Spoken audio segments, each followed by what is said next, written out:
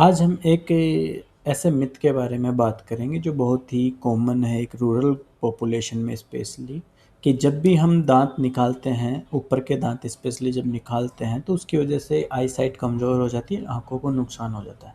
इस बात में कितनी सच्चाई है वो चीज़ हम साइंटिफिकली समझते हैं आज। सो पहली बात, इसकी एनाटॉमी को समझे तो जो आँख होती है और जो ऊपर के जो दांत होते हैं, उन दोनों के बीच में खाली एयर स्पेस होता है जिसको मैक्सिलरी साइनस बोलते हैं। सो दांत का डायरेक्ट आँख के लेवल पे कोई डायरेक्ट कनेक्शन नहीं होता। दूसरी चीज़, जो उसको सप्लाई करने वाली नर्व होती है वो भी दोनों के लिए अलग होती है। जो दांत होते हैं उसको जो नर्व सप्लाई होती है वो होती है फिफ्थ क्रेनियल नर्व, और जो आँख को होती है वो ऑप्टिक नर्व होती है। दोनों अलग अलग नर्व्स हैं, तो इनमें भी कोई डायरेक्ट कनेक्शन नहीं है। तो फिर पेशेंट्स को ऐसा क्यों लगता है कि आँख को नुकसान पहुंचता है जब भी हम ऊपर के दांत निकलवाते हैं?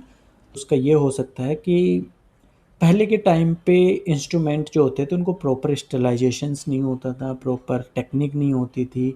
तो बहुत सारे केस ऐसे जैसे होते थे जो घाव नहीं भरने की वजह से वो इन्फेक्शन हो जाता है और उसकी वजह से आँखों पे नुकसान हो सकता है। बट आज के टाइम पे प्रॉपर टेक्निक, प्रॉपर स्टरलाइजेशन सब कुछ है, तो ये प्रॉब्लम भी नहीं होती है। और के साथ अपने आँखों की रोशनी कम होती है। आप एक 50 साल, 60 साल, 70 साल जाओगे तो डिजेनरेटिव इम्पैक्ट्स आते हैं आँखों के ऊपर।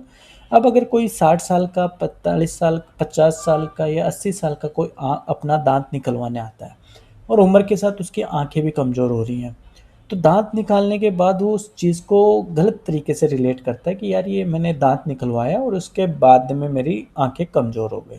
बट ऐसा नहीं होता, वो उसको उम्र के हिसाब से उसको ये दिक्कत आ रही है।